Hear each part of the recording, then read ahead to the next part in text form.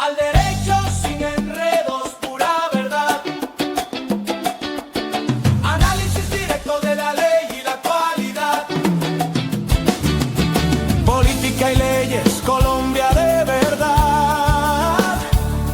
Con firmeza y criterio, te lo cuentan ya.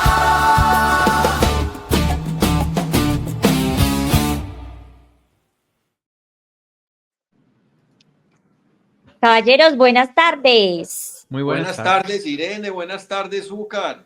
¿Cómo están todos? Muy bien, muy contentos aquí con estos invitados que nos han querido acompañar con tanta generosidad y a quienes agradecemos. Excelente. Pues aquí ya llegó la primera invitada, doctora Carrasquilla. Un gusto, de verdad, enorme volverla a tener con nosotros. Fuerte y claro. Perfectamente. No, qué bueno que podamos terminar, porque en el episodio pasado se nos quedaron muchas cosas en el tintero que siguen en este momento en el debate y son en este momento la coyuntura nacional, y recibimos además muy buenos comentarios del episodio pasado, entonces que la audiencia sepa que los leemos. Entonces pues aquí estamos. Yo quisiera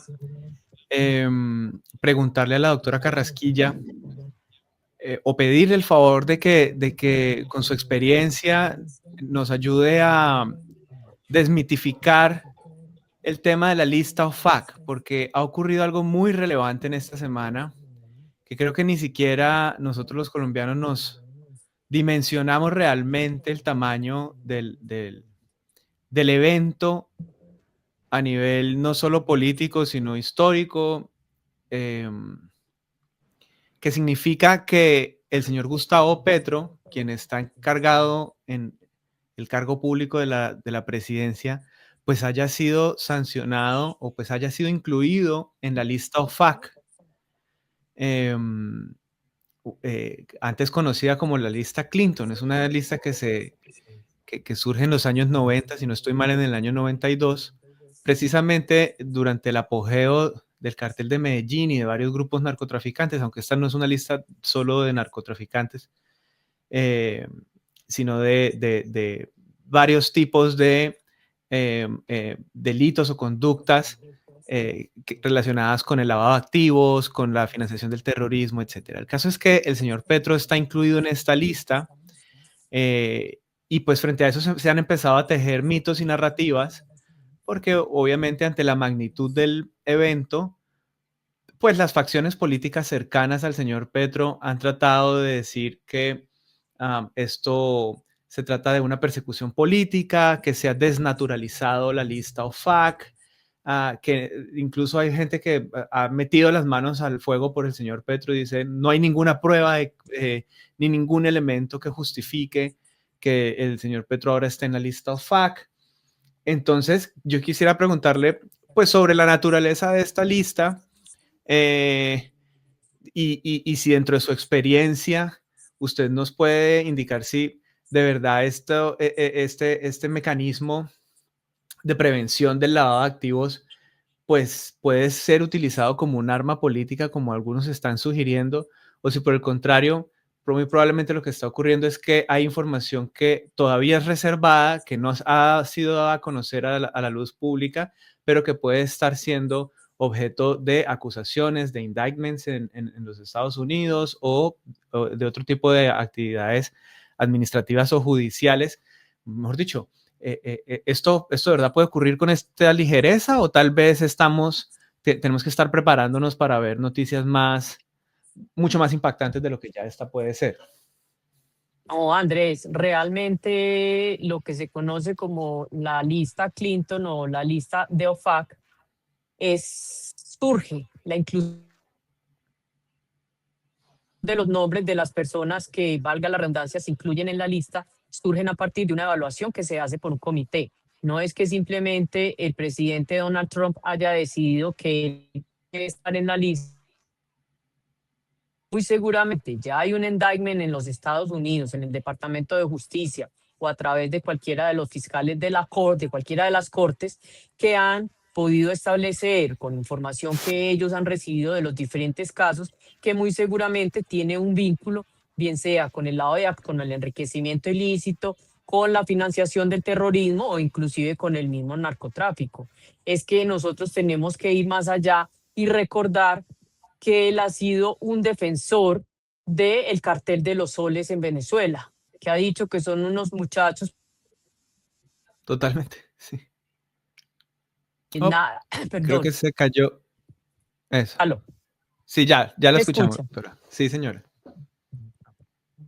Que él ha manifestado que los soles no es cierto, que no existe, y así inclusive tuvo que el Congreso de la República declarar al cartel de los soles como estas personas simplemente hacen parte de un cartel y él los ha atacado por esa circunstancia. De igual manera, también sabemos que los diferentes, las investigaciones que se han venido adelantando. Retomando, estábamos hablando de si es posible que un proceso de inclusión en la lista OFAC se tome así a la ligera, o si de repente lo que está ocurriendo es que hay más información que seguramente no conocemos, pero que prontamente será dada a conocer y que puede dar lugar a otros procesos administrativos o judiciales en los Estados Unidos.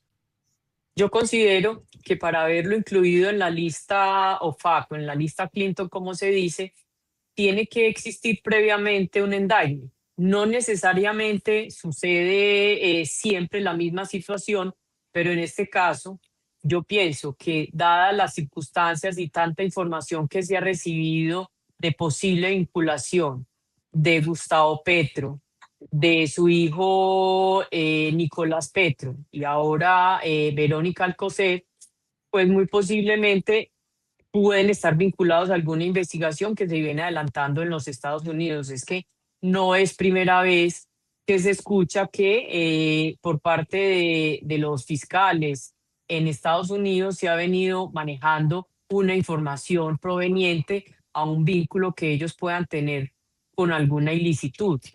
Yo estaba diciendo ahorita o les estaba contando que no en vano aquí se ha hecho referencia, por ejemplo, a la financiación con dineros ilícitos por parte del narcotráfico de la campaña de Gustavo Petro. Por eso es que a Nicolás Petro la fiscalía le hace una imputación de cargos o lo llaman para imputación de cargos precisamente por lado de activos y enriquecimiento ilícito. Esto quiere decir que en efecto él ha recibido dineros que provienen de alguna actividad ilícita y con esto es que se ha financiado. Dicen de igual manera que esos vínculos que se tiene con el hombre Malboro, que se tiene con el Turco Izalca, son lo que ha permitido que los Estados Unidos abra una causa para poder determinar si en efecto Gustavo, Francisco, como le digo yo, y su familia, pues puedan tener algún vínculo o relación con alguna actividad ilícita. De igual manera, también esa defensa tan férrea que él tiene del cartel de los soles, donde ya el Congreso de la República ha dicho y ha reconocido que en efecto es un cartel dedicado al tema del narcotráfico, así él se insista en no reconocerlo, pues todos los elementos así lo tienen y por eso es que inclusive los Estados Unidos tiene pedido de extradición, perdón, para Nicolás Maduro y otros funcionarios del Estado venezolano, y es por esa relación que existe con el tema del narcotráfico. Entonces, no necesariamente tiene que haberse aperturado un proceso para que a uno lo incluyan en la lista Clinton, pero sí hay un comité que se reúne previamente para la inclusión de esa lista, donde se determina, de acuerdo a información que maneja el Departamento de los Estados Unidos y el Departamento del Tesoro, que permita inferir que muy posiblemente el dinero que ellos tienen, los bienes que ellos tienen, fueron adquiridos con actividades ilícitas o derivados de actividades ilícitas. ¿Cuál es la consecuencia que ellos tienen? Esto es unas sanciones económicas que él y su familia van a recibir. ¿En qué sentido? En que una vez que ellos estén incluidos en la lista OFAC, los bancos y las entidades bancarias y cualquier persona que maneje recursos financieros en el país, pues no pueden negociar con ellos. Por eso de manera inmediata le han sido cerradas las cuentas tanto a Verónica como a Nicolás y al presidente de todos los productos financieros que ellos tengan, porque esa es la sanción. ¿Y por qué? Porque es que Colombia está suscrito con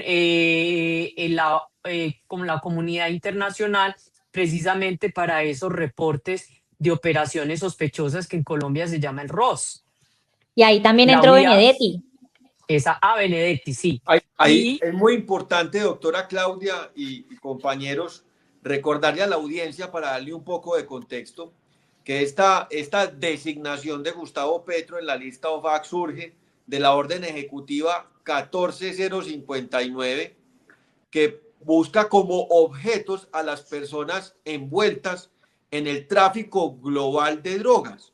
Y lo dice así, de la siguiente forma, más o menos traduciéndole, que Gustavo Petro le ha ayudado a las organizaciones narcoterroristas con beneficios bajo el auspicio de la paz total. Totalmente, sí, sí. Esa parte es muy importante, porque además dice que eso es lo que ha permitido que bajo su gobierno los cultivos del narcotráfico hayan llegado a niveles récord que no habíamos visto jamás. Y quiero también recordarle a nuestra audiencia que la doctora Claudia Garrasquilla fue directora de fiscalías contra las organizaciones criminales, de manera que tiene un conocimiento muy importante para decirnos las implicaciones de esa ley de paz total en lo que viene sucediendo, que los Estados Unidos lo han interpretado adecuadamente como un auxilio a las organizaciones terroristas. No dejemos al lado que una de las circunstancias más notorias de esa designación de Gustavo Petro en la lista OFAC es que lo dice claramente, que se haya envuelto o que esté involucrándose en actividades o transacciones que pueden contribuir materialmente o que pongan en riesgo la materialidad de la proliferación internacional de drogas ilícitas o su contribución a los medios de producción. Así es, yo quisiera, Irene, que por un segundo mostráramos el comunicado de prensa del Tesoro de los Estados Unidos, que es el que estaba parafraseando muy bien Alejandro, porque es que a mí me llama la atención precisamente esos párrafos que están allí, desde donde dice Gustavo Petro, podemos bajar. Baja un poco más, desde allí. Entonces, allí, voy a tratar de traducir. Dice lo siguiente, dice un montón de verdades que están completamente naturalizadas en Colombia. Yo la verdad no entiendo por qué, pero ya como el caos es tanto, es tan absoluto, tan descontrolado por todo lado, que nos parecen normal un montón de cosas que no lo son y que son precisamente las razones que dan lugar a esta sanción. Y dice, Colombia se mantiene como el productor top del mundo y exportador de cocaína. Esta cocaína es normalmente comprada por los carteles mexicanos, quienes luego la entran a Estados Unidos a través de la frontera sur. Y esta sustancia significa una amenaza para los Estados Unidos. A pesar de la insólita, de la flipante comparación que hace Petro de esta droga con el whisky, dice el comunicado de prensa del Tesoro de los Estados Unidos. Y dice lo siguiente, Gustavo Petro es un antiguo miembro de la guerrilla, quien fue elegido para la presidencia en el 2022. Le ha proveído a los narcoterroristas, a las organizaciones narcoterroristas, beneficios bajo los auspicios de su paz total, de su plan de paz total, entre otras políticas públicas, dice. Lo cual ha llevado a cifras récord de cultivos de coca y de producción de cocaína. En septiembre 15 del 2025, por las acciones de Petro y sus secuaces, el presidente ha hecho de Colombia el mayor productor de drogas, que ha fallado demostrablemente. Y cierro con esto. Miren eso tan importante. El comportamiento errático de Gustavo Petro ha llevado a Colombia a apartarse de sus socios tradicionales en diversas otras maneras. Por ejemplo, en el 2024 compartió información confidencial obtenida en canales seguros de comunicación antilavado de activos, amenazando con ello la integridad del sistema financiero internacional y llevando a Colombia a la suspensión de recibir información de inteligencia del grupo Egmont. Ustedes se acordarán muy bien de ese Claro. Finalmente, él se ha aliado con el régimen narcoterrorista de Nicolás Maduro Moros y el Cartel de los Soles. Lo dicen abiertamente. Y como estos son hechos notorios de la mayor gravedad, que son, pues, son la motivación de la decisión que se ha tomado, pero que por alguna extraña razón en Colombia como que nos parece que eso es normal, como que el fuero presidencial y el abuso del fuero presidencial ha creado una suerte de efecto teflón, ya de tipo moral también, en la sociedad colombiana, que pareciera que este tipo de actuaciones escandalosas pues no escandalizan a nadie ya. Y aquí hay algo muy importante, Zúcar, qué pena yo te interrumpo, y es la referencia que hace con respecto a Verónica Alcocer, porque uno sí se queda atónito de la manera que no se sonrojan siquiera, que ahora están defendiendo a la supuesta primera dama, y digo supuesta porque ahora Petro salió a decir que estaban separados. Que ya no es. Pero, exacto, pero como en este país son con una memoria cortoplacista y toca darle las pildoritas para la memoria, pues sí toca decirles que es que Verónica Alcocer fue nombrada además inconstitucionalmente por Petro para desempeñarse como embajadora dizque en misión especial. Entonces, bien tenemos que recordar que la Corte luego anuló ese nombramiento porque consideraba que violaba el artículo 126 de la Constitución, porque prohíbe al presidente de Colombia nombrar a su cónyuge o compañero permanente. Y Verónica se la pasó rampante, pavoneándose en Venezuela, y todos sabíamos en ese entonces qué era lo que estaba haciendo. Y miren qué tiempo nos dio la razón. Irene, que Pero la doctora además, Claudia Carrasquilla, en su experiencia como directora contra las organizaciones criminales, nos diga qué implicaciones tiene que la Secretaría del Tesoro de los Estados Unidos esté afiliando a Gustavo Petro con Nicolás Maduro. no, es que las sanciones son acción económica, pues significa que él no va a poder, y ninguno de los allí incluidos, tener ninguna relación ni negociación, porque es que esto es una sanción económica. No quiere decir, como lo dije ahorita, que se tenga que abrir un proceso, pero sí, como lo decía ahorita Andrés, lo extraño es que en los procedimientos normales, cuando una persona es incluida en la lista OFAC, la UIAF, que es la Unidad de Inteligencia Financiera, que es una dependencia de la Fiscalía General de la Nación, debe de forma inmediata abrir un ROS, que es un reporte operativo sospechoso, porque así lo catalogó la OFAC cuando los vinculó. Andrés lo leyó ahorita. Dice que no solamente ha apoyado el cartel de los soles, sino que además filtró información muy importante de inteligencia a la comunidad internacional de inteligencia que él estaba obligado a proteger.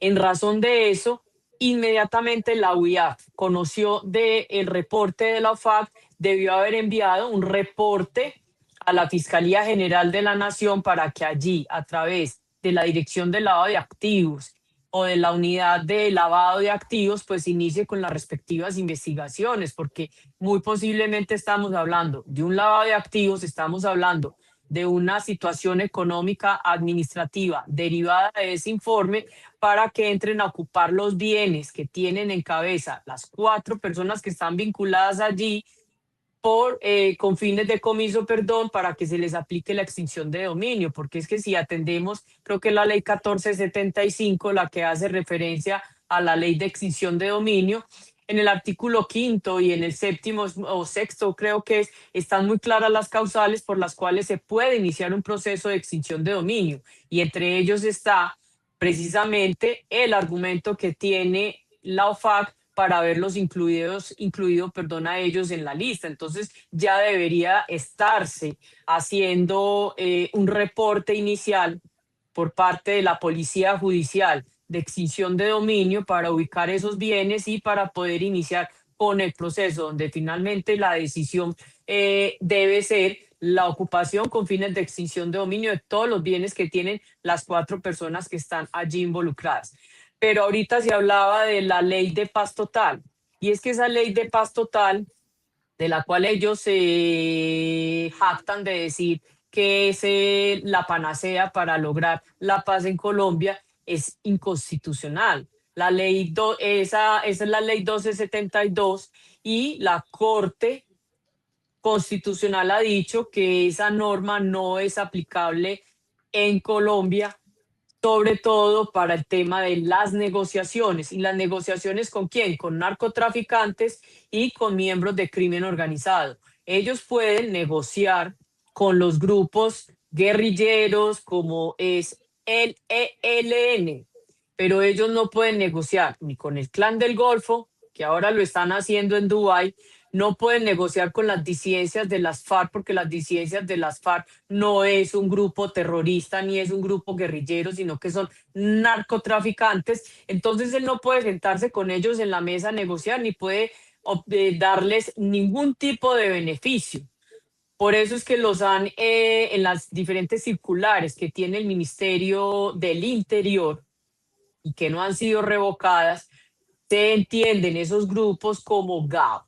¿Qué es un grupo GAO? Es un grupo armado organizado. A eso pertenecen las disidencias de las FARC, pertenece el Clan del Golfo y los 17 bandidos que tienen como reyes acá también en la ciudad de Medellín, en la cárcel de máxima seguridad, que lo sacaron el 21 de junio en el Tarimazo, o lo que se ha llamado Así es. vulgarmente como el Tarimazo.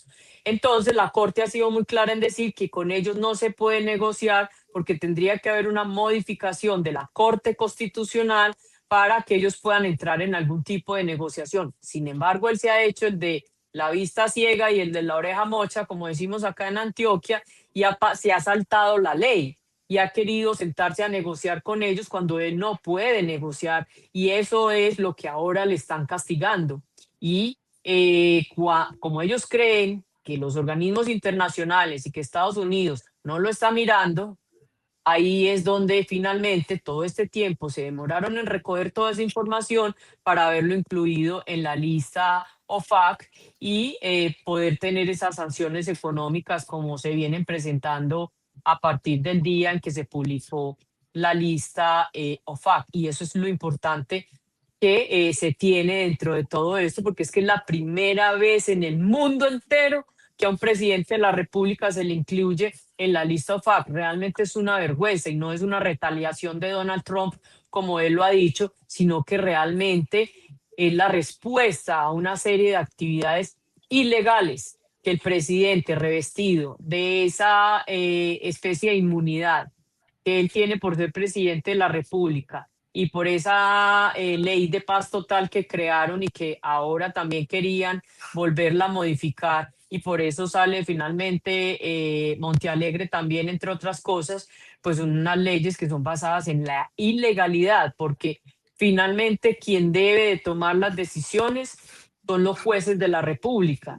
Y por ejemplo, si nos vamos al caso de los 17 delincuentes que tenemos cabecillas en la mesa de diálogos sociojurídicos en la ciudad de Medellín, no han podido negociar por una razón muy sencilla, y es que todos están condenados. Y la norma es muy clara en señalar que estos procesos de negociación solamente puede hacerse para personas que tengan órdenes de captura, y por eso no en vano, pues la orden que se le da a la Fiscalía General de la Nación es levantar las órdenes de captura. En este caso, con esos delincuentes, con los otros del Clan del Golfo, con los de las disidencias de las FARC, pues ¿cómo van a decir que les van a levantar las órdenes de captura si ya están condenadas? Entonces, dentro de esa decisión, quien debe finalmente decir si se levanta o no esa sentencia condenatoria, pues será el juez, y el juez no lo va a hacer porque el juez tampoco tiene la competencia para, luego de haberse vencido en un juicio o en una aceptación de cargos, pues se haya impuesto una condena.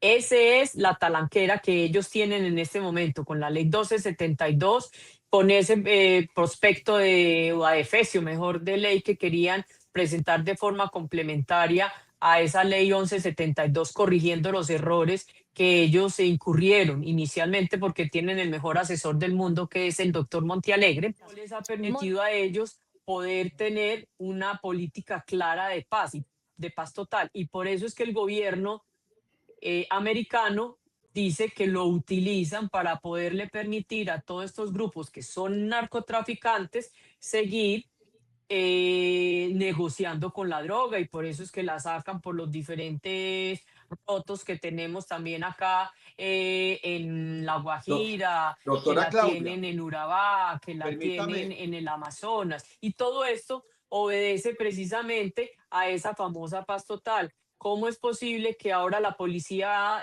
Nacional, el Ejército, no pueda perseguir los entables cocaleros, que no pueda investigar cómo es que se están manejando las rutas del narcotráfico? Porque es que los responsables son ellos, precisamente, esos grupos de las disidencias, ese grupo de Clan del Golfo y los narcotraficantes comunes que tenemos acá en Colombia. Entonces, eso hace que el gobierno nacional lo sancione, incluyéndolo en la lista. doctora Claudia, además el análisis que usted nos está diciendo, es muy importante el análisis que haces, porque precisamente lo que estás vinculando son las consecuencias de la inexequibilidad que declaró la Corte Constitucional sobre la ley 1272 del 2022, que es la misma ley de paz total, que adicionalmente Gustavo Francisco, como tú lo llamas, está tratando de garantizarle a los combos delincuenciales en ese proyecto de ley 002 del 2025, que en este momento hace trámite en el Congreso, Zúcar.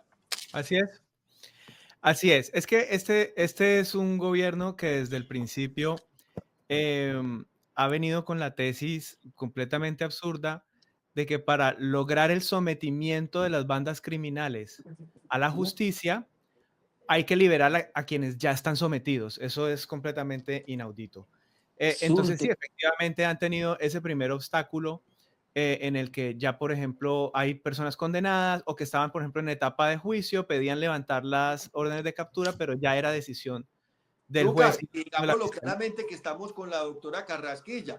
Esos fueron Correcto. los compromisos de Juan Francisco, de Juan Fernando Petro Urrego, los pactos de la picota. Recuerden Claro. muy bien que Alejandro. nosotros lo dijimos, y eso es ahora lo que está diciendo Estados Unidos. Les está dando impunidad y beneficios en la paz total.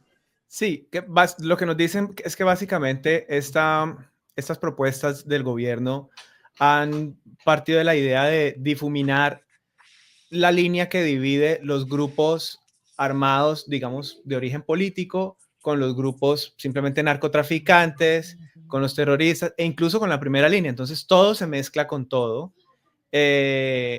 Grupos criminales de alto impacto como los del convenio de Palermo, por un lado, pero también grupos armados con estructura de mando. En fin, es una mezcla de todo con todo, bajo la idea de que es posible lograr la paz total. Digamos, es que más allá del eslogan, pensemos en serio que el propósito de política pública de lograr una paz total es como la de traer el paraíso a la tierra, aquí ¿no?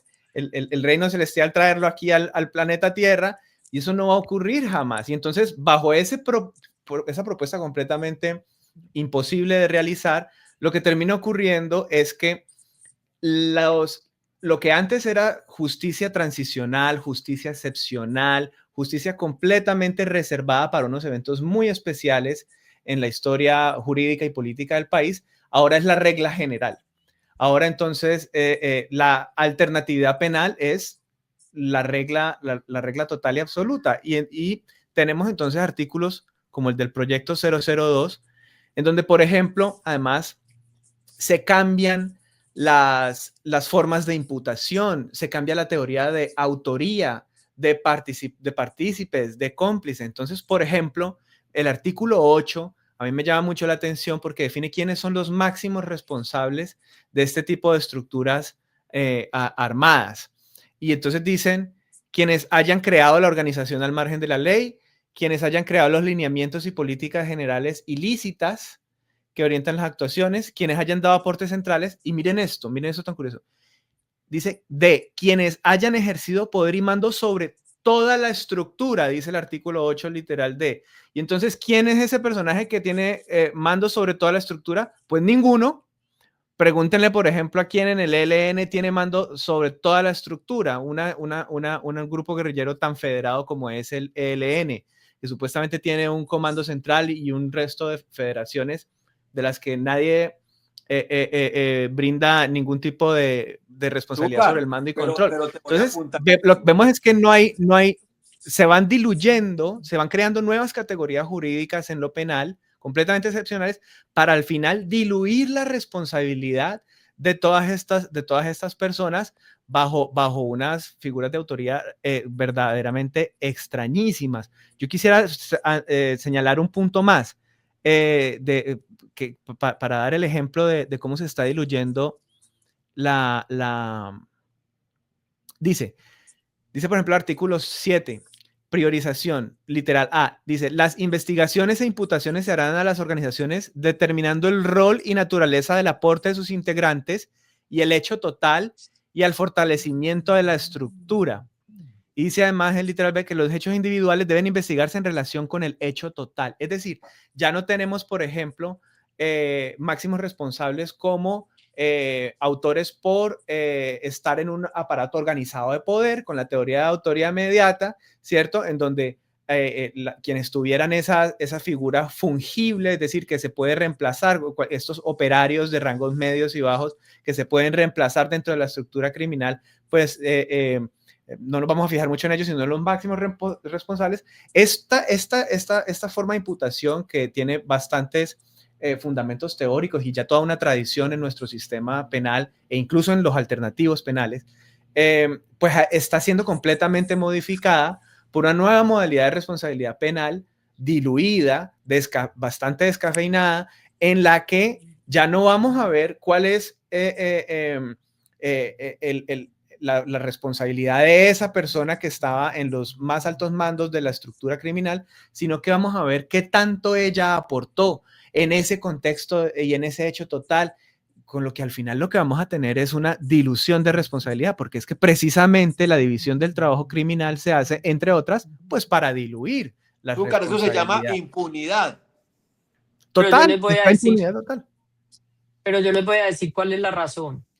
Ellos crearon esa ley no pensando en grupos guerrilleros. Ellos lo pensaron en los miembros de lo que son los GDO y los GDCO, porque es que eso tiene una razón. Y la razón es que como ellos le prometieron el cielo y la tierra a todos estos criminales, y por eso es que Juan Fernando Petro se va por todas las cárceles haciendo la ronda y haciendo unos ofrecimientos para que eso fuera en beneficio de la elección del presidente, y como ve que con la 2272 fue insuficiente cumplirles, que ya les voy a contar por qué también se presenta el tarimazo, entonces ellos tratan de legislar, y por eso es que entonces la figura del determinador, porque en las estructuras criminales el determinador era fácil con ese tema de las estructuras de poder, de vincular al cabecilla, porque obviamente nunca dentro de una investigación nosotros podíamos tener la orden directa que el cabecilla le diera al mando medio o a la base para cometer un ilícito, sino que realmente se la daba a su mando medio, y su mando medio pues se la daba de ahí hacia abajo de acuerdo al rol que tuvieran las estructuras criminales. Por eso ellos no en vano están acabando con la figura del determinador, para que no se puedan vincular esos cabecillas y poder entrar a negociar y decir que entonces ahora los van a nombrar gestores de paz o les van a levantar esas sentencias condenatorias, que esa es la base con la cual ellos están preparando por para favorabilidad. cometer. Sí, claro. Porque están preparando las elecciones que vienen. Y les voy a contar. Imagínense que resulta que Isabel Zuleta, en esa semana que hubo el tarimazo, pues Isabel Zuleta no, la fiscalía decidió sacar 4 órdenes de captura por lavado de activos y enriquecimiento ilícito para la esposa de Douglas, el hijo de Douglas, para un cabecilla de una estructura que es el alias de Jordi, y para la esposa y la hija, creo, de Pichibort. Entonces, sobre todo Douglas, que se cree el dueño de la ciudad y el dueño del mundo, llama muy molesto a Isabel Zuleta y le dice que cómo es posible que cada vez que alguien se autonombre como el jefe de las mesas de negociación, porque antes era alias Vallejo y ahora es él, entonces lo que la fiscalía hacía era que les caía por los procesos del lado de activos, porque resulta que Vallejo, mientras era el jefe de los diálogos sociojurídicos, pues le capturaron la mujer y todo el círculo más cercano también por lado de activos y enriquecimiento ilícito, y le iniciaron un proceso también de extinción de dominio. Entonces, bajo ese pretexto, él llama a Isabel Zuleta muy molesto porque le dice que entonces nadie puede y que están afectando el proceso de paz. Dice que Isabel inmediatamente llamó a la fiscal general de la Nación para que la fiscal diera la orden que no se hiciera el procedimiento, y de hecho alcanzaron a llamar a algunos comandantes acá en la ciudad de Medellín para que el operativo no se hiciera, pero la fiscal que llevaba el caso se paró en la raya y dijo: yo el procedimiento lo hago porque es mi facultad constitucional y nadie me puede obligar a no realizar la actividad. Y la hizo, que metió las patas, pues porque no logró hilar qué era el tema de la oficina de Envigado con la adquisición y las capitales que ellos tenían, y por habilidad también de los defensores, pero realmente eso fue lo que sucedió. Entonces, una vez que ella no le pudo cumplir a Douglas y a los demás cabecillas de estas estructuras criminales, el presidente venía era hacer una tarima solamente para el tema de la reforma pensional. Y así ahí la citación y la convocatoria, y se iba a hacer en el parque acá de la Resistencia, que se llama, pero solamente venían a hablar de eso. Y de forma extraña resultan convocando para que ese sábado entonces se hiciera la tarima donde se llevaron supuestamente los victimarios con las víctimas. Y atérrense, porque además de todo lo que ya ustedes saben, que hubo una ilegalidad porque las resoluciones, perdón, no cumplían con esos estándares y esos requisitos, las víctimas que llevaron no eran las víctimas de las estructuras criminales, sino víctimas de falsos positivos, de la Comuna 13, que nada tenían que ver en ese fin que se tenía para la tarima. Yo me doy cuenta de la irregularidad porque resulta que alias Jordi, que es un cabecilla de una estructura criminal acá que se llama La Terraza, me hace un derecho de petición y me dice que yo por qué estoy diciendo que él salió si él no salió, y que además porque estoy señalando que él es cabecilla de esa estructura criminal, y que además porque estoy diciendo que él fue el determinador de unos homicidios de unos agentes de antinarcóticos, y me manda un derecho de petición con la resolución. Y cuando yo me pongo a mirar la resolución, miro que en el considerando dice que, teniendo en cuenta que solamente las autoridades judiciales o administrativas podrán solicitar la salida de las personas privadas de la libertad, entonces por eso se autoriza que tras la solicitud de Isabel Zuleta y de Oti Patiño para que ellos pudieran salir, pues por eso se ordenaba que ellos salieran. Yo le pregunto, mediante derecho de petición, que por qué dicen que es una autoridad administrativa, y pues, perdón que me ría, pero es que no puedo no reírme de la respuesta que me dio el IMPEC, es porque el presidente expide actos administrativos. Hágame el favor.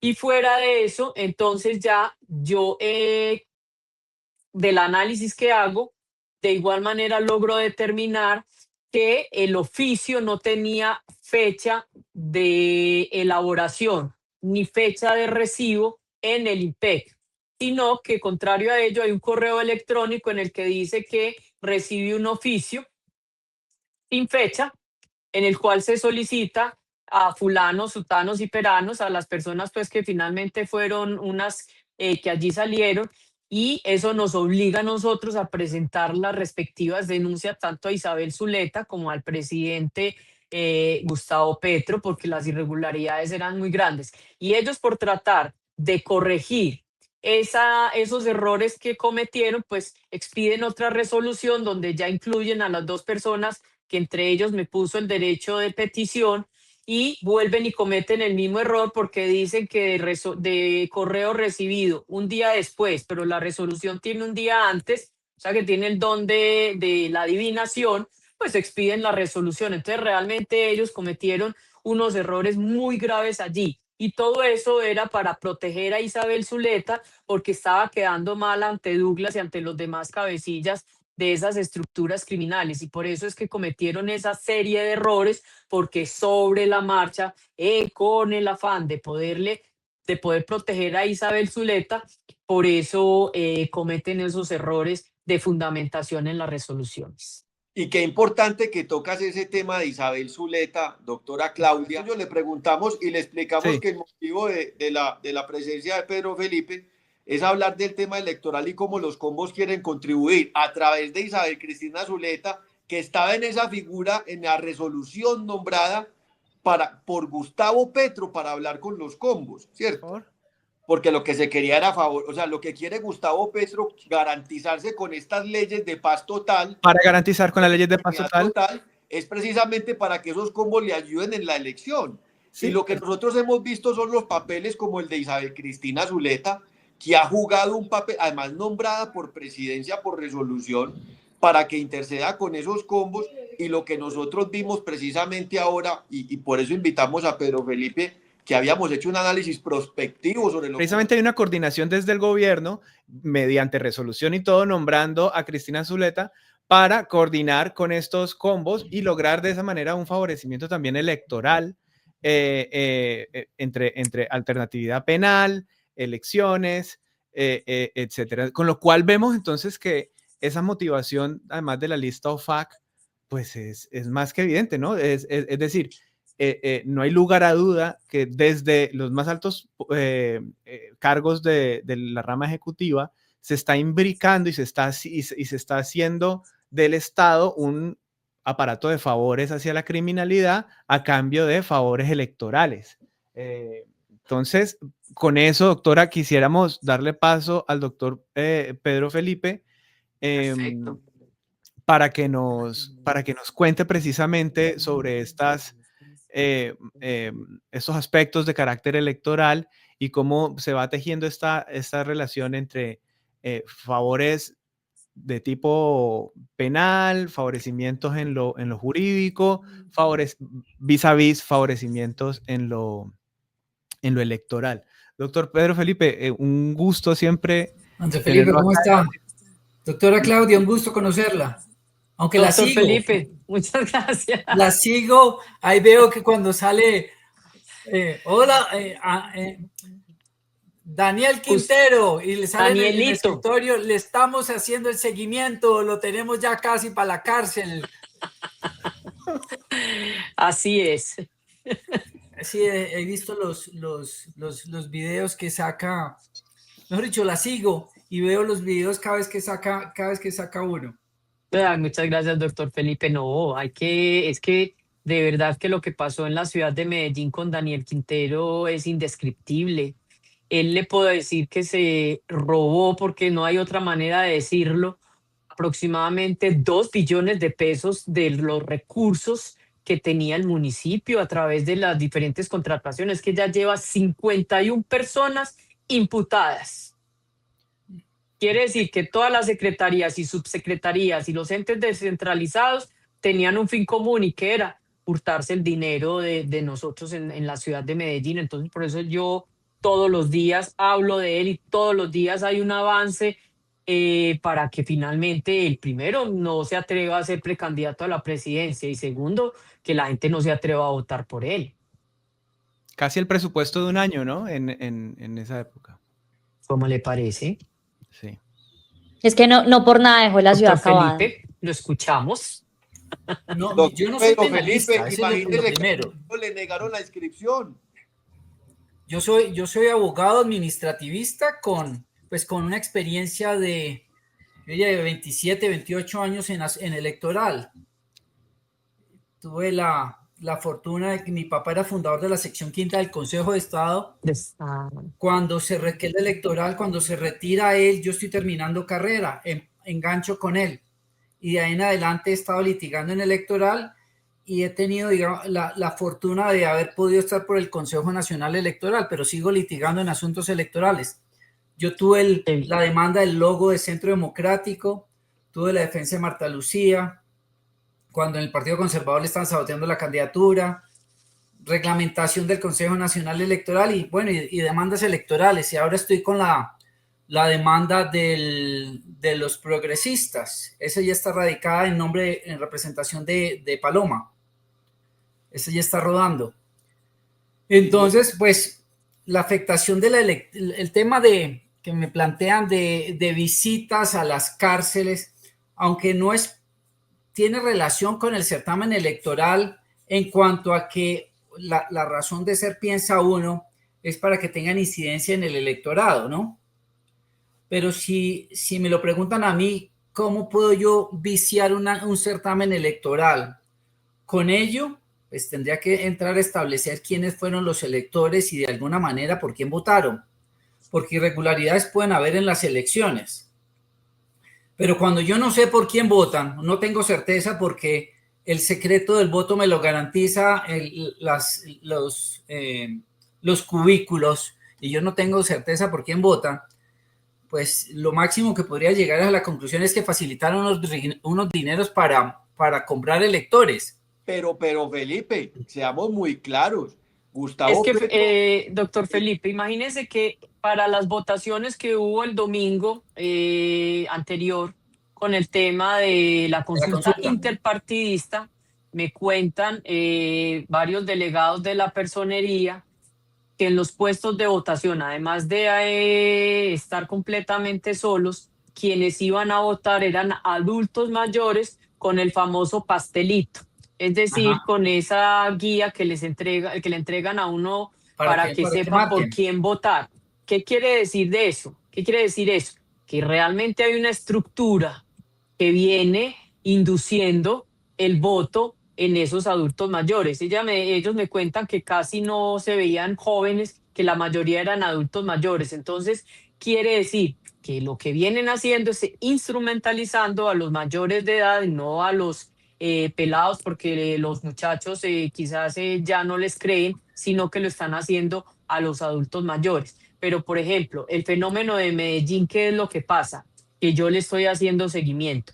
A Isabel Zuleta, por ejemplo, ella sacó 21.000 o 22.000 votos más o menos en esta consulta. Pero resulta que como ellos en la anterior participación fue lista cerrada, quiere que le cuente que ella, por ejemplo, los votos que se contaron en las mesas, donde ella tenía injerencia, que es, por ejemplo, el municipio de Toledo en Antioquia, sacó 23 votos. Cuando ella no tenía esos nexos con esas estructuras criminales. Yo me anticipé y salí inclusive casi que a amenazarla, a decirle que yo tenía el seguimiento mesa a mesa de las votaciones que ella históricamente tuvo, y que si esas mesas y si esos votos, se aumentaban, era porque las estructuras criminales en la ciudad de Medellín habían puesto a la gente a votar por ella y que iba a seguir encima de ella todo el tiempo, porque ese es el modus operandi que ellos tienen desde las estructuras criminales. Le pagan a los cabecillas, le pagan a sus coordinadores en sus barrios, en sus comunas, para que ellos lleven la gente a votar. Pero además, doctora Claudia, seamos muy claros y recordémosle a nuestra audiencia que no en vano la campaña de Gustavo Petro a la presidencia está siendo investigada por violación de topes electorales, y que hay versiones de su hijo Nicolás Petro Burgos de entrada de dineros de personas que desempeñaron roles en el narcotráfico. O sea, no sería la primera vez que lo hicieran, y parece ser que ellos tienen un modus operandi con la financiación de sus campañas con ese tipo de apoyos. Inclusive la Corte Suprema ya lo mencionó, ¿no? Ya hizo una compulsa. Y el mismo ELN salió a decir en una entrevista que les hicieron el año pasado. Además, también recordemos que Verónica Alcocer está hablando Irene.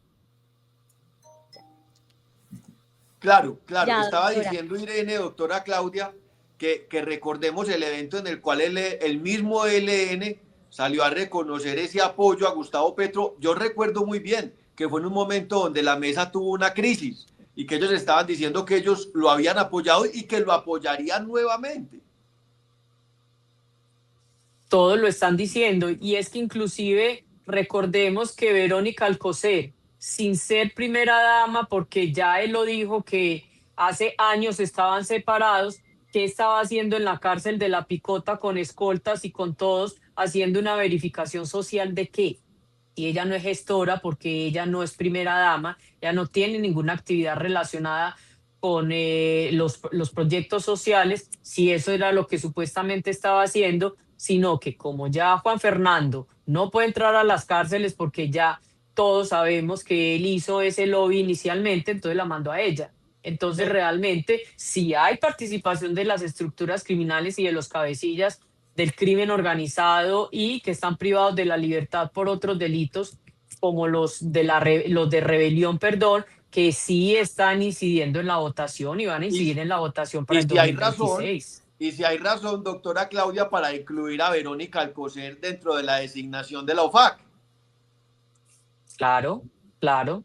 Es que mire, Pedro Felipe, ¿cuál es el tema aquí? El tema aquí es bien importante para que la audiencia, para desmenuzárselo todavía mejor a la audiencia.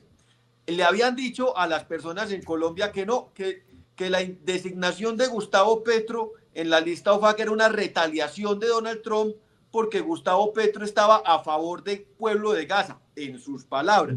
Cuando nosotros empezamos a analizar las razones por las cuales lo incluye y lo designa en la lista OFAC, es por el favorecimiento a los grupos narcoterroristas dentro de su ley de paz total, que no es nada distinto a lo que nosotros hablamos del pacto de La Picota de Juan Fernando Petro y con el cual financió su campaña y por lo cual está investigado en este momento adicionalmente por violación de topes electorales. ¿Y cómo van a salir a decir que es una retaliación si los mismos expedientes colombianos, tanto en el Consejo Nacional Electoral, tanto en sede de Fiscalía, tanto en sede de Comisión de Absoluciones de la Cámara, tienen evidencias de lo que viene sucediendo? Triste es que tengan que actuar autoridades internacionales extranjeras, en este caso la Secretaría del Tesoro de los Estados Unidos, para que lo deje todavía más claro. Claro. Ahora, yo quisiera preguntarle, bueno, para mí es clarísimo el intercambio que hay de favores financieros, electorales y de tratamiento penal diferenciado. Pero sí concuerdo con el doctor Pedro Felipe que entrar desde el derecho electoral a... Sí, es una perspectiva totalmente distinta. Sí. Porque a mí me pueden decir, ustedes me pueden decir todas las irregularidades que han planteado. Yo en un proceso electoral, que es un proceso administrativo y fundamentalmente es de prueba documental, porque mire que en los procesos electorales no se maneja la prueba, el testimonio como si se podría manejar perfectamente en un proceso penal. En los procesos electorales el testimonio no tiene esa credibilidad. ¿Por qué? Porque cualquiera se consigue un testigo para que entre a poner en tela de juicio una elección. No, Pedro, Felipe, yo no me quiero remitir a eso. Quiero remitirlos a todos, a ustedes y a la audiencia, cuando en los procesos por parapolítica Claudia López empezaba a decir que era que había unas votaciones inusitadamente altas en las zonas de paramilitarismo a favor de ciertos congresistas. Sí. Y los mismos parámetros de votación vimos en la consulta del domingo, donde particularmente la votación mayor en la consulta petrista por el candidato Iván Cepeda se dio en el suroccidente del país. Pero en materia electoral el tema, pero en materia electoral ese tipo de prueba de declaraciones no es suficiente. Yo tengo que entrar a establecer que efectivamente la violencia que se ejerció tuvo incidencia en el voto. Pero también tengo también otro aspecto más difícil. Claro. Es cómo hago para saber por quién votó la persona que sufrió la violencia. Bueno, pero Felipe, yo le voy a hacer, para que usted se acuerde, el evento donde asesinaron unos líderes indígenas en el suroccidente de Colombia, a un líder muy conocido, no recuerdo el nombre, Antonio Piñacue, ¿cómo se llamaba él? y lo asesinaron porque él estaba denunciando que los grupos ilegales ejercían presión al votante para que no votaran por los candidatos adversos a Gustavo Petro. Y es que lo que nosotros analizamos es que en la violación de topes electorales, pues es una consecuencia, digamos, grave, porque se trata de la financiación de campañas, pero hay una sanción más grave todavía. Yo te lo miro desde la perspectiva electoral. Claro, la violación de topes no es irregular por el hecho de haber superado la plata, es porque puse en situación de desigualdad a los candidatos. Yo tuve una posición privilegiada frente a otros en el manejo de recursos. En eso es que consiste la violación de topes, no es tanto porque el hecho de que se gastaron más plata, no, es que me puse en una posición privilegiada que frente a los demás candidatos, que no necesariamente puede dar lugar a que yo resulte elegido, porque yo me puedo haber gastado muchísima plata y no salir elegido. Pero luego es irrelevante el tema de quién resulta elegido. Es en el proceso de elección tuve una posición privilegiada, que en este caso terminó con una declaratoria de elección. Entonces, eso es lo que se sanciona, violar las normas que vulneran los principios que soportan la democracia, entre ellos el de igualdad. Lo que queremos establecer es la siguiente conexión para nuestra audiencia y para poderles explicar muy bien. ¿Por qué incluyen a Gustavo Petro Urrego en la lista OFAC? Lo dicen las autoridades americanas, está ahí y lo leímos ahorita con Irene. Lo incluyen por beneficiar a organizaciones narcoterroristas con su ley de paz total. Muy bien, y lo dice claramente, que en su periodo los cultivos ilícitos han llegado a récords que nunca antes habíamos alcanzado. Y qué tan raro que precisamente la consulta de Gustavo Petro el fin de semana pasado obtuvo sus mayores votaciones, por ejemplo, en el suroccidente del país. Pero adicionalmente, donde en la elección pasada se había denunciado la coerción y la presión de los grupos narcoterroristas sobre las elecciones para favorecer a Gustavo Petro. No se nos olvide que fue el mismo alias Iván Mordisco el que salió a decir que Gustavo Petro buscaba su ayuda. Es que fue Iván Mordisco el que lo dijo. ¿Y dónde operan las disidencias de Iván Mordisco? Pues ahí están los parámetros de votación. No lo hablo solamente desde el punto de vista de la violación de topes electorales cuya investigación tiene en este momento el Consejo Nacional Electoral. Miremoslo desde el punto de vista de los delitos más graves para forzar al elector, que es el mecanismo que van a utilizar en la elección que va a llegar. ¿Cuál? La amenaza para el elector que no siga los parámetros de Gustavo Petro, que es el que les está prometiendo la impunidad, no solamente a través de la ley 1272 del 2022 de paz total, sino en el acto legislativo 002 del 2025, que además se los está dando a grupos que ya tienen condenas, incluido a la primera línea. Ley, es una ley, no es acto legislativo, sino proyecto de ley, pero sí. Ahora, sí me parece interesante señalar que lo que está quedando aquí de manera más o menos implícita, y es que el derecho muchas veces se queda corto en administrar justicia precisamente porque sus categorías analíticas, sus estructuras, sus formas de raciocinio, de argumentación, se vuelven ciegas ante ciertas realidades, muchas veces persiguiendo otros fines constitucionales importantes. La dificultad de la prueba, ¿no? ¿Perdón? La dificultad de la consecución de la prueba. También, exacto. Pero también un tema... En materia electoral yo necesito establecer... En lo penal o en lo administrativo. Entonces, cuando en lo penal puede que esté algo muy, muy claro, de repente traducir esos juicios de si ocurrió la conducta, de si hay reproche o no hay reproche, de si hay desvalor de acción, de resultado. Te pongo un ejemplo en el tema electoral.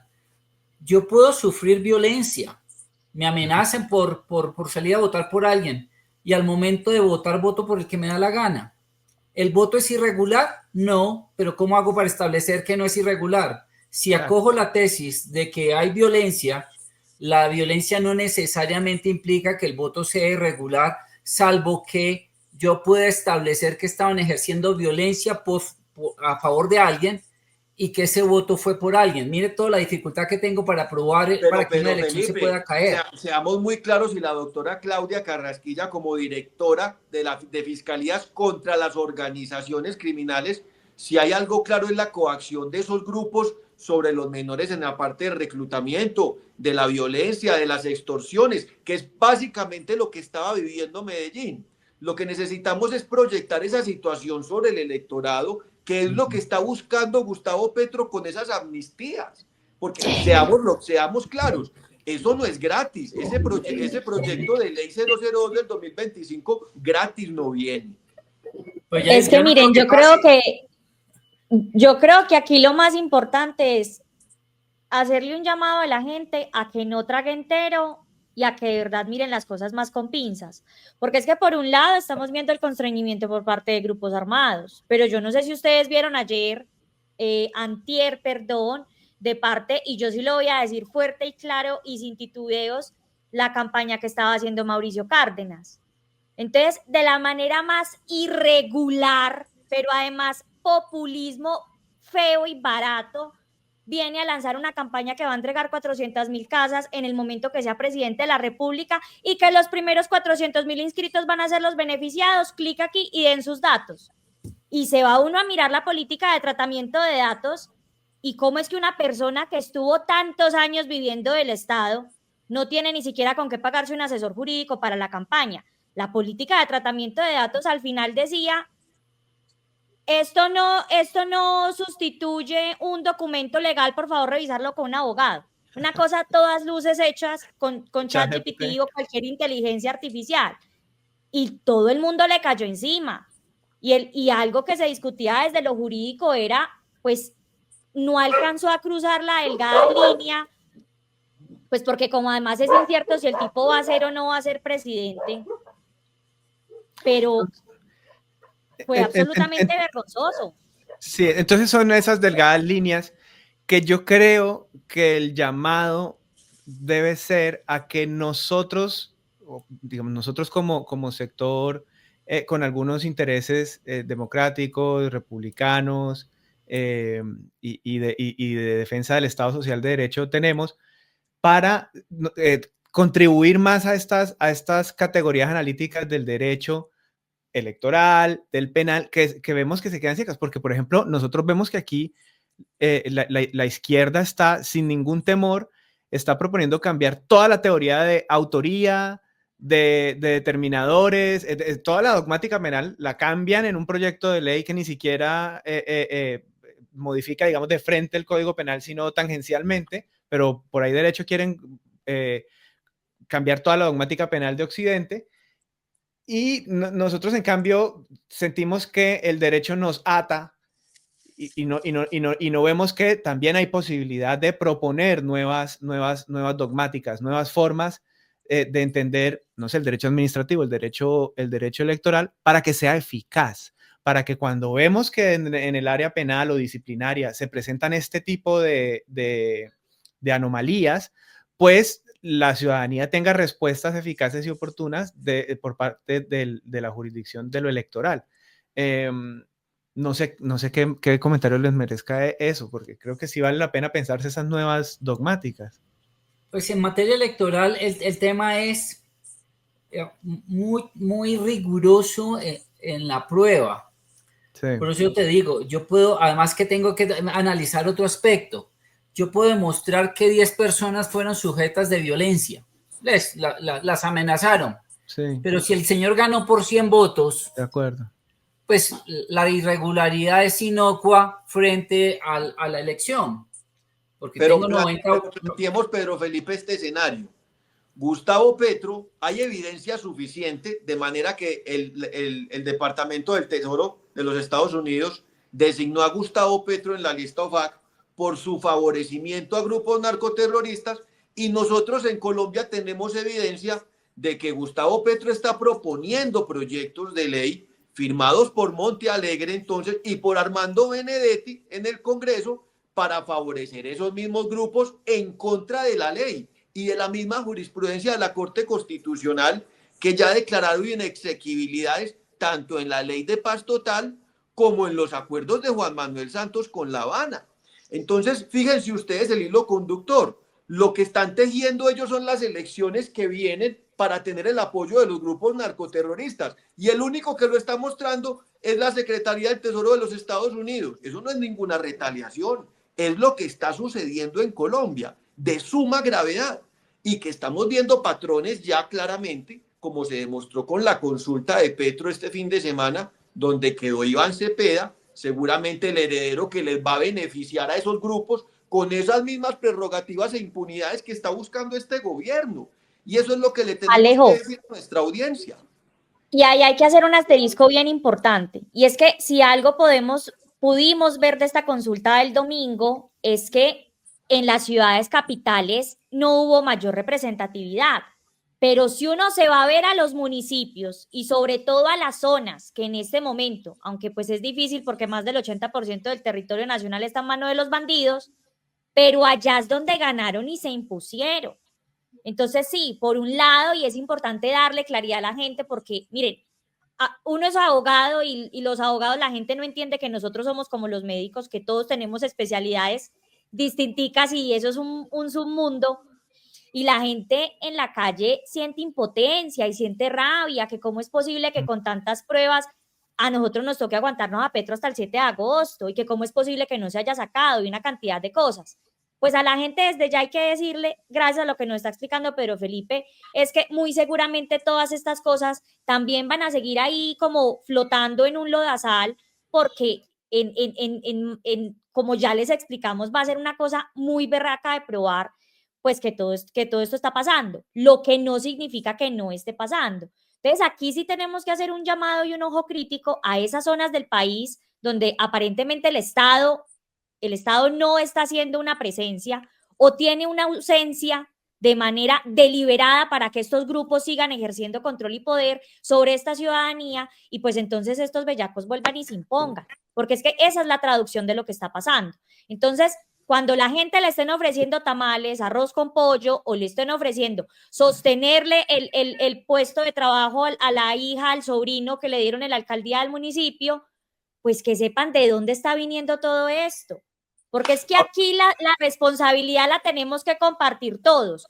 Ellos, por un lado, rodeados de bandidos comprando a la gente, pero también la gente dejándose comprar. Porque lo que hoy es plata es el hambre del mañana. Y en eso sí yo hago un fuerte llamado. Porque en estas elecciones nosotros vamos a jugar el país. Entonces, si vamos a pensar en que no es que como no le doy el botico porque mi hija se queda sin trabajo, tranquila, que donde nosotros nos recuperemos el país en el 2026, los que nos vamos a quedar sin trabajo vamos a ser todos. Ahora, yo lo que veo es que el ejercicio que están haciendo ustedes es un ejercicio parecido al que en algún momento se hizo en la Fiscalía durante Ley de Justicia y Paz de establecimiento de patrones, de macrocasos, de contextos.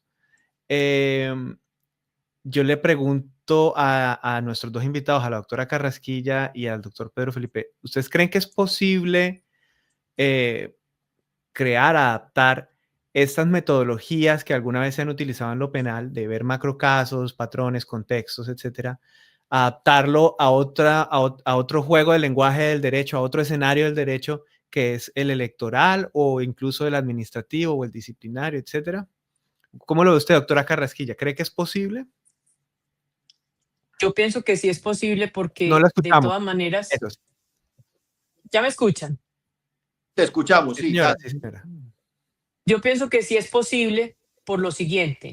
Cuando yo estuve por lo menos en la delegada de Seguridad Ciudadana, que fue el último cargo que yo ocupé allí, me tocaron las elecciones de alcaldía para el año 2019. Y allí nosotros teníamos unas matrices donde sabíamos dónde se iba a presentar riesgo electoral. Entonces, en razón de ese riesgo electoral que nosotros teníamos mapeado, eso nos permitió interceptar líneas telefónicas, eso nos permitió realizar algunos actos de investigación previos para poder determinar si en efecto se presentaron o no se presentaron esos delitos. Y fueron en algunos municipios que logramos determinar que en efecto fue así. ¿Que no terminó en nada? Sí, pero nosotros sí lo hicimos y así se puede hacer para mirar estos riesgos electorales. Lo que pasa es que tiene que haber voluntad para que esto finalmente pueda ser, pero en ese momento habían unas manos muy oscuras en la Fiscalía General de la Nación, y cuando ya se pasó la información de ciertos alcaldes y gobernadores que en efecto habíamos obtenido la información, todo se guardó. Ok. Ok, bien Qué interesante. importante testimonio, doctora Claudia. Y seguramente No, en esta fiscalía, que es a favor de Gustavo Petro, pues tampoco van a hacer esas investigaciones y no va a pasar nada. no, ninguna, no va a pasar absolutamente nada. Pero no, es que el tema de Gustavo, del presidente, perdón, es porque quien lo investiga es la Comisión Primera de Acusaciones, y realmente él tiene allí mayorías y por eso ninguna investigación tampoco avanza. De pronto, en la fiscalía, las investigaciones contra Nicolás y contra Verónica y el mismo Armando Benedetti en la corte puede que avancen un poco, pero realmente no, siempre han habido intereses oscuros, y aunque yo en este momento estoy en un papel político, no soy política, detesto esas políticas sucias que se hacen al interior, en que siempre yo como puedo tocar a alguien para que yo finalmente termine por fuera y no me investiguen. Y eso es lo que pasa siempre, por eso es que los alcaldes les gusta tener contralores de bolsillo, y a los gobernadores les gusta tener contralores de bolsillo, para que en esos hallazgos que hay, que tienen incidencia penal o administrativa, pues todo se guarde y todo se quede ahí debajo del escritorio y nunca pase nada. Es que mientras aquí no haya realmente una reforma bien importante en la justicia, esto va a seguir igual. Ahora, Pero Yo Felipe, quiero pero- aprovechar ahí para hacerle una pregunta a Pedro Felipe para ya ir yendo al cierre, y es, Pedro Felipe, yo creo que es indiscutible que a estas alturas del partido la comisión de acusaciones es la comisión de absoluciones. Desde ese conocimiento que tú tienes en el campo del derecho electoral, ¿tú qué consejo o qué visión nos puedes dar de cuál deba ser esa reforma que claramente tiene que haber en esta comisión de absoluciones? Porque si algo no se puede permitir este país es volver a tener a unos personajes, a unos caudillos que ya nos dejaron claro que la ley lo que buscan es cómo hacerle la trampa. El país no se puede permitir nuevamente algo así.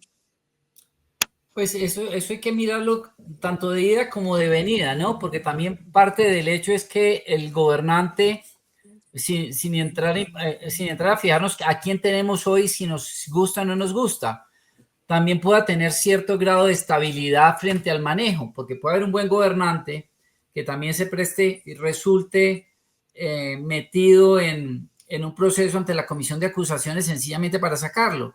Y entonces se genere una cierta inestabilidad política en el país. Luego, uno debe tener unos parámetros. La pregunta es, ¿cómo modificar los parámetros para que sean mucho más objetivos y no estén sujetos tanto a un criterio político? Por ejemplo, ¿quiénes pueden hacer parte de la comisión de acusaciones? Si pueden ser parte de qué líneas políticas pueden hacer parte, como para tratar de generar cierta objetividad y no se preste para una especie de militancia en el ejercicio de una función jurisdiccional. Y es, yo como soy del mismo partido y es mi presidente, no voy a mover nada en este proceso. Lo que sí se podría hacer es establecer unos parámetros mucho más objetivos frente a la responsabilidad de los que hacen parte de esa comisión. Exacto. Eso sí se podría, si usted no hace nada, si usted tiene un tiempo y no resuelve nada, pues que uno pueda decir, usted está incurriendo en una falta que le pueda, no sé, que le pueda dar lugar a un proceso expedito que le impida participar en las elecciones siguientes, algo así. O sea, mecanismos de control más efectivos respecto de quienes hacen parte de la comisión de investigaciones del presidente. Eso podría ser una herramienta. Ahora, lo bueno es que por fortuna esto, confiemos en que cambiará el próximo año esa configuración de la comisión de acusaciones. Y en ese sentido, los delitos más graves que se han cometido en abuso del fuero presidencial, pues no prescriben tan pronto y una nueva comisión puede conocer de esos delitos. claramente una comisión de acusaciones, absoluciones, donde esté Alirio Uribe Muñoz, quien es una persona defensora de Gustavo Petro, y la ex esposa de Roy Barreras, De Roy la doctora Barreras. Gloria Arizabaleta, pues no va a dar Y ahí está resultados. la mamá de uno de los bodegueros, ahí no está la mamá de Wally, que quedó ya ahora de cabeza al Senado. Sí, no, y Terrible. también hay un precedente que no es nada favorable en la Corte Constitucional de los años 90, de la época de Samper, en donde precisamente la Corte dice que los parlamentarios, los representantes de la Cámara, a pesar de estar ejerciendo funciones judiciales en ese momento, ellos de todas formas sí podrían votar de acuerdo a sus lealtades políticas o con criterios políticos que no necesariamente, dice la Corte allí, implican corrupción. Ya si hay otro tipo de sobornos, eso sí ya sería corrupción. Pero en todo caso, yo sí creo que ese precedente de la Corte Constitucional es desafortunado en la medida en que, pues, les quitó lo esencial de la función judicial, que es actuar como juez. La es decir, otra es la naturaleza misma del proceso de indignidad. No es un proceso penal, no es un proceso porque yo puedo, la misma comisión podría llegar a decidir sin pruebas de que el presidente es indigno. Sí. A eso se podría llegar con la comisión de acusaciones. O sea, no es un proceso que necesariamente tenga unos supuestos de naturaleza penal. Puede tener consideraciones políticas que podrían dar lugar a que el presidente se lo declare en indignidad. Ya sería la otra cosa el tema penal, pero que pueda haber un pronunciamiento sin soportes, podría haberlo, de naturaleza puramente política. Vamos a preguntarle, Pedro Felipe, a la doctora Claudia si ella cree que a Gustavo Petro le va a llegar un indictment. Convencida totalmente que tiene que llegar un indictment. Que no en vano se tomó la decisión de incluirlo en la lista FAC. Como lo explicábamos ahorita, si bien es cierto, no necesariamente tiene que abrirse una causa o un informe ejecutivo en los Estados Unidos, estoy segura, con los argumentos que ustedes leyeron ahorita, de la razón por la cual fueron incluidos en la lista, estoy segura que hay un indictment. Y una vez termine esa presidencia, le van a sacar orden de extradición. Pues yo también pienso lo mismo. Orden de captura por alguna de las cortes con pedido de extradición, porque obviamente la hora es quien firma las órdenes de extradición, entonces no las van a sacar desde este momento. Por eso ahí toca tener mucho cuidado, que harto que lo hemos repetido, que el proyecto constituyente no es algo de plan inmediato en el corto plazo. Que la gente le siga tragando entero que la constituyente es para las reformas del pueblo. La constituyente lo que va a buscar es acabar con la extradición y salvar la mitad del gobierno bandido que se va para allá. Totalmente, pero miren además este elemento. Miren este elemento que a mí también me lleva a pensar fuertemente que puede haber un indictment, y es, se nos pasa por alto y veo muchas ONGs y muchos opinadores diciendo que lo que está ocurriendo en el Caribe, en el sur del Mar Caribe, cada vez que bombardean una lancha, es un crimen de guerra, pero a veces también dicen que es una violación de derechos humanos o que es una ejecución extrajudicial. Lo que se pasa por alto es que el gobierno de los Estados Unidos ha declarado formalmente que está en un conflicto armado de carácter no internacional y que los grupos narcoterroristas son un objetivo militar y que los Estados Unidos están en una guerra, están en un conflicto, es decir, son una amenaza a la seguridad nacional. Todas estas son palabras que las oímos en los noticieros y mucha gente no entiende la dimensión real y jurídica de estas palabras. Y es que los Estados Unidos están en una guerra.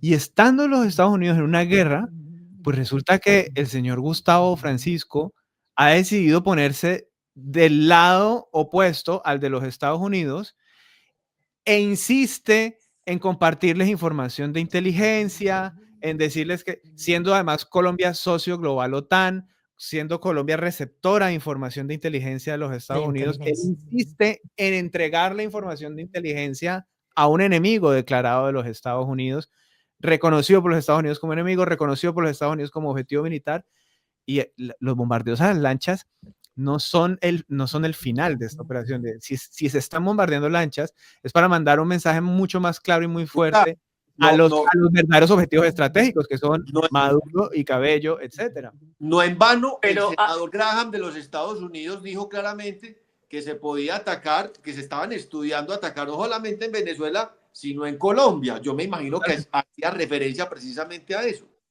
Y la responsabilidad claro, será y totalmente de Petro, ¿no? Si eso llega a ocurrir en este país, porque Y es yo les precisamente por su complemento ahí una omisión. cosa. yo también Ojo que no enseguida es que complemento algo. Petro, ojo que no es que Petro esté en contra de los Estados Unidos. Petro está a favor y Defendiendo. amangualado con un narcoestado. O sea, es que ahí, o sea, más allá de que, o sea, y a mí me da risa y yo sí hago acá mi llamado a la coherencia del episodio, y es que cómo viene este personaje a mover a sus hordas, a decir que no, que estamos defendiéndonos de la soberanía en contra del imperio yanqui, cuando aquí la soberanía no la están defendiendo y estamos desarrodillados con el narcodictador de Maduro. ¿Dónde está la coherencia defendiendo la soberanía del país, del narcoestado de Venezuela o de los grupos armados que son los que tienen el 80% del territorio del Estado? Entonces, ¿cuál es la soberanía que están defendiendo? Y además hay algo muy puntual, y es que yo no sé si ustedes han visto los videos que publica la Marina de los Estados Unidos. Son lanchas Go Fast, Sí, con claro. 4 y 6 motores. Esas lanchas motores. tradicionalmente son utilizadas para mover la droga en aguas internacionales. ¿Por qué? Porque necesitan capacidad y velocidad para poder evadir cualquier control de cualquiera de las armadas que se presenten o que ellos se topen con ellas. Entonces ese cuentecito de Gustavo Petro, que es que eran pescadores pobrecitos, eso no es cierto, eso es una narrativa de otra de las mentiras que él ha tenido para señalar a los Estados Unidos, para oponerse al control que se está ejerciendo, porque claro, a sus socios y a la gente que él viene protegiendo se están perjudicando porque no están pudiendo sacar la droga por el mar, perdón. Y ya hemos visto inclusive videos en la última lancha que bombardearon, cómo se botaban los alijos al mar para que finalmente no los judicializaran. Y entonces él sale a decir que nuestra política de lucha contra el narcotráfico es efectiva porque él los captura y al otro día están todos en libertad y la droga, pregunte dónde termina. Porque él mismo los nombra. Claro, al otro día son los pobres pescadores, venga, metámoslos en la paz total. Y no, lo que tiraron al mar fueron los pescados que habían cogido con las redes, no, hombre.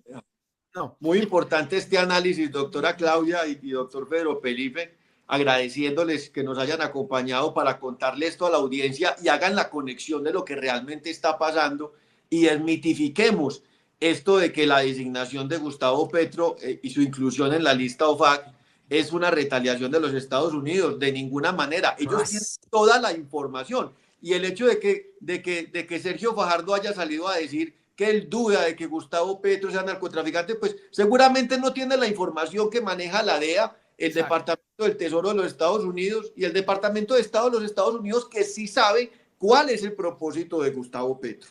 No, él seguramente estaba viendo documentales de ballenas y no entera de la mitad de las cosas que pasan en el país. Venga, está muy picante hoy, está muy picante. Siempre. Yo quisiera, antes de despedirnos, yo quisiera pedir el favor al doctor Pedro Felipe que muy brevemente nos explique qué pasó con la campaña de Quintero después de la consulta. Pues lo primero que habría que recordar es que el partido, ellos trataron de crear el partido Pacto, y ese partido nunca pudo arrancar, porque solamente tuvo existencia mientras hubo la suspensión de la medida cautelar que adoptó el juez de tutela o el tribunal. Esa fue la única etapa de existencia, pero luego desapareció. Si desaparece la inscripción, pues tenía que ser por organizaciones políticas que tuvieran personería jurídica. Luego él fue inscrito, además en los documentos que veía decía pacto, pero también decía en el partido que los inscribía. Luego él fue inscrito para participar en una consulta popular, porque es popular, y la ley 1475 establece que los resultados que se obtengan obligan a quienes participen en ello. que ahí viene otro punto con las elecciones en la lista de Congreso de quienes participaron, si la Corcho puede participar o no. Yo diría que ese es otro tema que se va a presentar, porque la Corcho no participó en la consulta. ¿Por qué va a ingresar a la lista o a conformar la lista si hay personas que están en fila para poder hacer parte de la lista porque participaron en la consulta? Esa es una de las cosas que habría que revisar en el momento que se inscriba la lista de esa organización política. Entonces, eso es lo que está afectando a Quintero, que figura como, y las instituciones le están haciendo el quite. Mire lo que hizo la registraduría. Para mí irregular, porque la registraduría debió haber adelantado la inscripción e inmediatamente ahí sí le tira la pelota al Consejo Electoral, pronúnciese. Pero aquí la registraduría restringió el ingreso para que no hubiera la solicitud y le tiró la pelota al Consejo Electoral. La pelota debería haber sido al revés. Pero el CNE ya se la devolvió. El CNE ya le devolvió la pelota a la registraduría. León, eso sí tiene que resolver usted. No, yo tengo que traer primero las veces para poderlas ensillar. Primero se tiene que inscribir para poder yo entrar a revisar si la inscripción está bien o mal. Aquí se evitó la inscripción para que el Consejo se pronunciara sobre algo jurídicamente inexistente, porque todavía no hay inscripción, porque la registraduría irregularmente lo impidió. Eso es como pronunciarse una demanda sin que hubiera sido radicada, pues. Sí, exacto. Y ahí hay algo que nosotros pues, o se llama mucho en la jerga de los abogados, es un aborto jurídico. No nació. Sí. El registrador, tratando de hacerle quite, pues incurrió en una irregularidad. Acuérdense, en derecho administrativo los funcionarios están obligados a recibir todo. Ya veré ahí yo como autoridad si lo tramito o no, o si me pronuncio de fondo. Pero está obligado a recibir la inscripción. Ok. Muy bien, doctores, con ustedes se habla increíblemente, ¿verdad? Porque es la primera vez que nos tomamos hora y media. Y eso que no he cogido un tema mío, pues que sea más de fondo metido. Porque... Y eso que no hemos dicho que Iván Cepeda no se puede presentar a la consulta del Frente Amplio. Tampoco, y se han ido, lo que he visto es que han tenido una deficiente asesoría jurídica, ¿sí? Porque andan de error en error en materia electoral.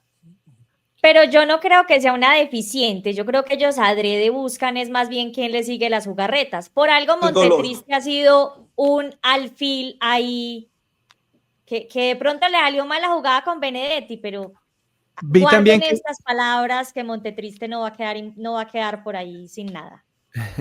Vi también que el senador J.P. Hernández estaba informando que buena parte de los militantes del pacto histórico, que en realidad no tiene personalidad jurídica, no podrían, a pesar de haber sacado buenas votaciones dentro de esa consulta, no podrían aspirar por esa lista, precisamente porque no tiene personería jurídica. El pacto no existe.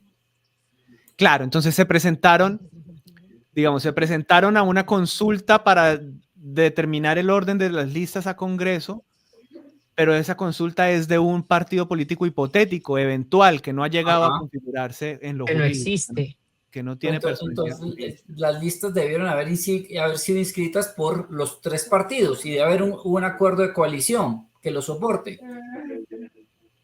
Y entonces, si entran además por uno de esos otros partidos, dicen que habría una doble limitancia. ¿Por qué es eso? Mejor dicho, la pregunta es, ¿cuál es el partido de origen de ellos? Si el pacto no existe, tienen que pertenecer a un partido.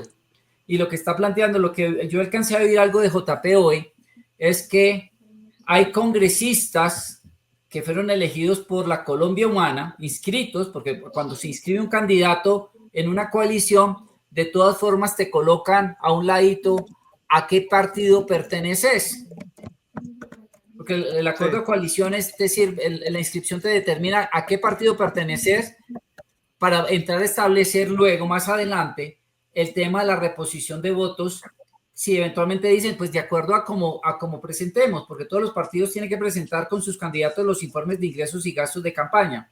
Entonces, el partido en el acuerdo de coalición podrá decir, cada partido que presente su informe, o podrá decirse, hay un partido responsable que va a ser el encargado de recopilar los informes de ingresos y gastos de todas las campañas de los distintos partidos y va a ser el responsable de presentarlo. Luego, cuando te dicen que se inscribe por un partido, quiere decir que no puede hacer parte de otro ni apoyar a otro candidato distinto. Luego, si ellos se inscribieron por el pacto y resulta que pacto no hay, tienen que pertenecer a un partido, habrá que entrar a ver a cuál es que pertenecen. O sea, hay que entrar a levantar el velo inexistente, porque no hay velo, para poder decir, usted es de la Colombia Humana, usted es del partido, que uno diría, tendría que ser de los 3 partidos que participaron en la consulta. No podrían participar de la Colombia Humana. Mucho menos si están ocupando curules. Es decir, yo pienso que aquí eso lo plantea JP, es que la Colombia Humana va a terminar sacrificada. Y los congresistas de la Colombia Humana, que actualmente hacen parte de la coalición del pacto histórico de hace 4 años, pero que al momento de inscribirse se señaló que pertenecen al partido Colombia Humana. Esos van a resultar sacrificados porque Petro le va a tener que apostar a un grupo, a esta coalición, o apoyo al partidito que quedó solo relegado porque no pudo entrar en la consulta. Además, hay que tener en cuenta otro aspecto, es que ¿por qué quisieron fusionarse?